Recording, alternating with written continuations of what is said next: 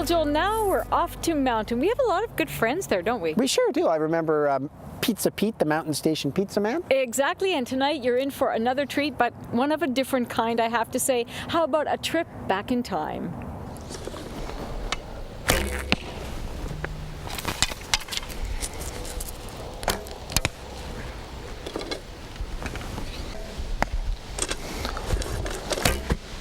It's said to be one of the most efficient weapons of the Middle Ages, and for archers like Bob Buchanan and his wife Barb, the arrow is a connection with that magical era.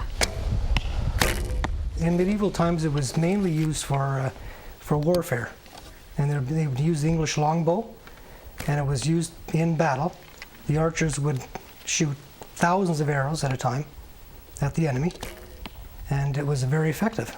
We get dressed up in medieval garb, and it's a lot of fun, and we feel like we're actually back in medieval times.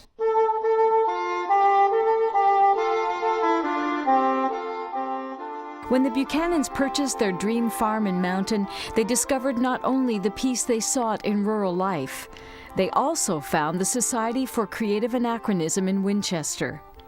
This group of like-minded souls takes pleasure in returning to a simpler time, when lords and ladies gathered for jousting and feasts. In this world, Barb and Bob are Lady Howes and Lord Blythe. When we go to events and we see everyone dressed up, and especially, like sitting around at the feast or fighting, you just get transported back in time. You forget that you're in the middle sometimes of a gymnasium or in someone's backyard. You just, you look around and you see everyone dressed, in their garb, and it's just so much fun, and you can't believe that you're not back in that time. It's great. Members are encouraged to immerse themselves in the ways of the medieval world, studying arts and sciences. It was the influence of the group that revived Barb's creative spirit. She studied fine art in college in Montreal, and after graduating, Barb was forced to treat art as a hobby, until she was introduced to medieval-style leatherwork. And I'd been working with leather for quite a few years, but with an industrial sewing machine instead, making horse gear and riding chaps and all that. And I thought, I'll try this. I'll try making bags out of leather. And I started sewing with these 2 needles. I thought, this is crazy, sewing with 2 needles, making these handbags and pouches. And also I thought, this is fun. I love the feel of the leather in my hands. It was so pliable, and I love the smell of it close by, and being able to manipulate it. And I started getting addicted to making pouches, and that was it. I started making pouches and scabbards for my sword, and all sorts of different things from the medieval society. I've always been a medievalist at heart. I've always thought it'd be really cool to go back in time and, just to catch a glimpse of it. And when I'm in this group, especially with working with leather, I feel like an artisan from way back, and it's really fun. It's very relaxing, and I can almost picture, just sitting there and hearing them, jousting out in the fields while I'm sitting there, sewing away, creating my goods for the knights and the ladies.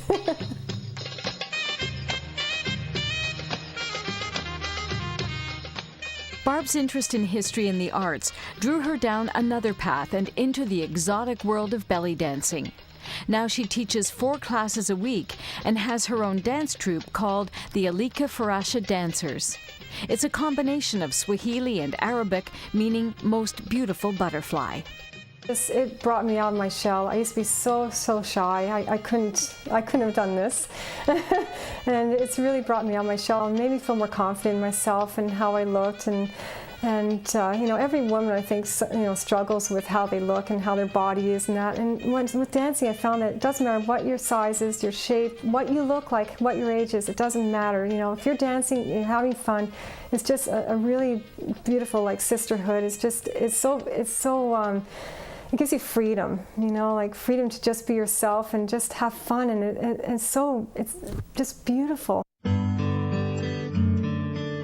Barb and Bob have been married for 28 years. They share their inspiring life on the farm with their 2 boys and several feathered friends. Lacey!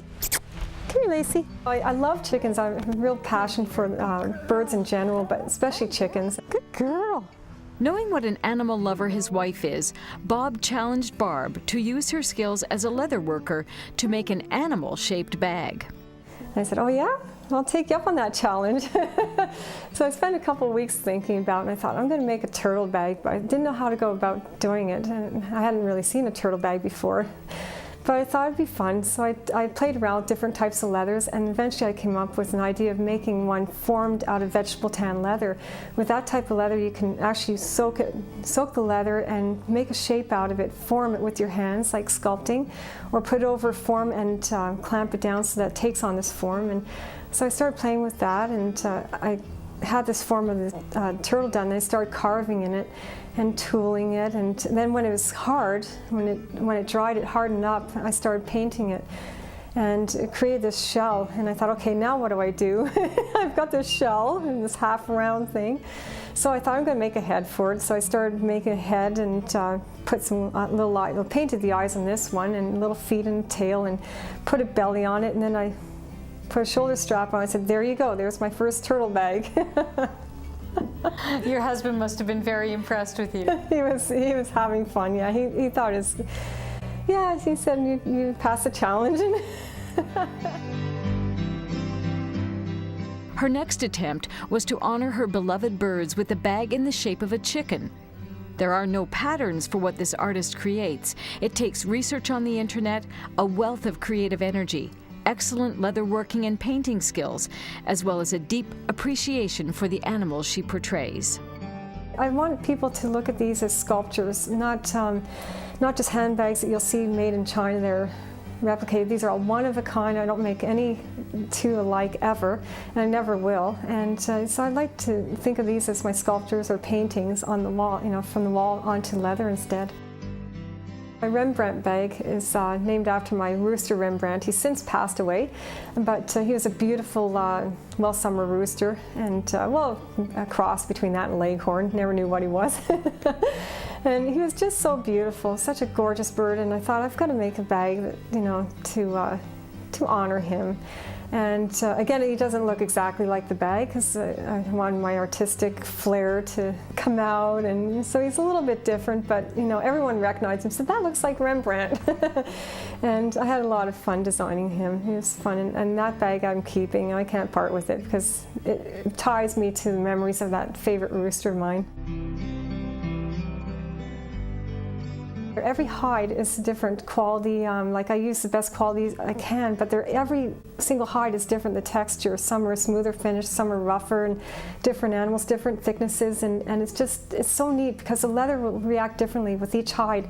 I never know how it's going to look or how it's going to turn out, and it's amazing. That just gives me so much. It just like opens up my eyes. There's so much to explore. I'm working right now on a turkey vulture and an owl, and after I'd made a couple of my bags, one of my friends saw them and she said, oh, these are amazing, you should be on our studio tour.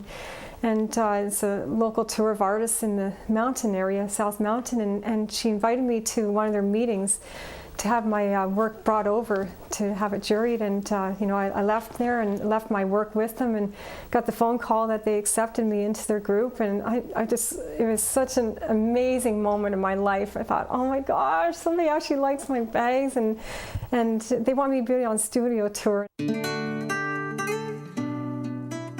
With some of her animal bags taking over 100 hours to complete, Barb Buchanan understands both sides of life as an artist. The dedication her art demands to meet her own high standards will never be properly rewarded. On balance, though, there's the incomparable freedom that Barb delights in, a freedom that comes from choosing this beautiful, creative life. I've always wanted to be an artist, and I feel like I've finally found my niche, what I want to do, and I just love it. I don't know what's going to happen. I don't know what animals I'm going to do, and it's going to be fun to see what happens, what faces appear before me.